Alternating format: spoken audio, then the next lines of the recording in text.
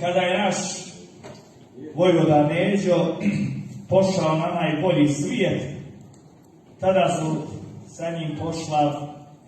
još trojica najboljih iz naših redova, da mu drže vječnu stražu. Ja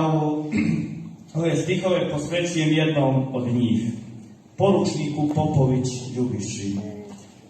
Gusle moje, ljudski razgovoru, od slobode najbistri izvoru, odjeknite glasom evanđelja, a meni je da zapjevam želja, nek se čuje duž zemlje široke, kakvu djecu rađu Hercegovke. I Žarkova je Mara, blagoslovom Božijega dara, na bijeli donijela svijet, muško čedo koje neće smrijet, dokle Srbin istoriju šara i dok sviću jutra s leotara, prva ljubav majčina najviša, pa mu ime nađede Ljubiša. Dobitnično bratstvo Popovića, novu nadu malog Stokolića, ako nekad donesu godine, da na branik stane otadžbine, no vrijeme teče ko rijeka i sudbinu kroji kod čovjeka. Kad Ljubiša za armije stasa vojnička ga odredila klasa, zbog držanja i gospodskog lica, izabra ga ratna mornarica, pa se vinu Hercegovacovi po jadranskim vodama da plovi, u redove plave mornarice nije bilo ljepše perjanice. Vedro čelo, a građa tlete, noge hitre spremne da polete, iz jenica blagi pogled grije i plijeni ženske simpatije. Divno ga je viđati u stroju, kako steže džeferdarku svoju, sija momče ko iskra u mraku, vazda prvi na svakom zadatku, zbog zasluga junačkog držanja, kao izraz vojnog poštovanja, uz priznanja vojnička velika, okiti se činom poručnika.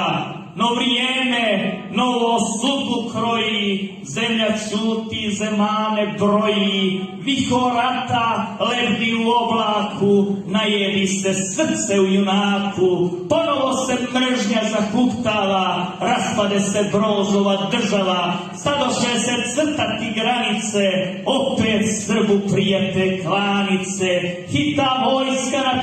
4 strane, od nevraće braća da se brane, a Ljubiša Popoviću mladi, u čuvenoj Trebinskoj brigadi, ko poručnik u vihoru rata, zamjenik je glavnog komadanta, u redove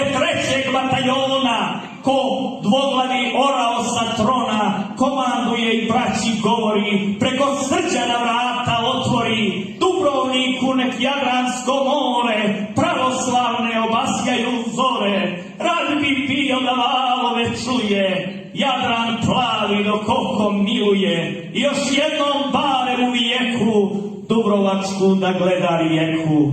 No sudbina ljuća od čelika, Popovića mladog poručnika, zajmi Bosni u njene urvine, ode junak iz Hercegovine, prokrvavim bosanskih planina, namučena zove otadžbina, a kad Banuna gusto zgarište rasporedi vojsku na bojište, poklikuje Hercegovce smjele iz klisure i kroz guste jele, junak liče, a sloboda niče. Ali opet, kada vjetar dune, umire se na guslama strune, a zaori pjesma džeferdara, Popović se tako razgovara sa tucima đavolje zvijezde, što se vaza na tuđe gnijezde. No gdje dobra tu je i nesreće, gdje kosipe tu vene cvijeće, zlo se nadbi od krstovom danu, na krvavom boračkom megdanu, sa kisera planinskoga visa,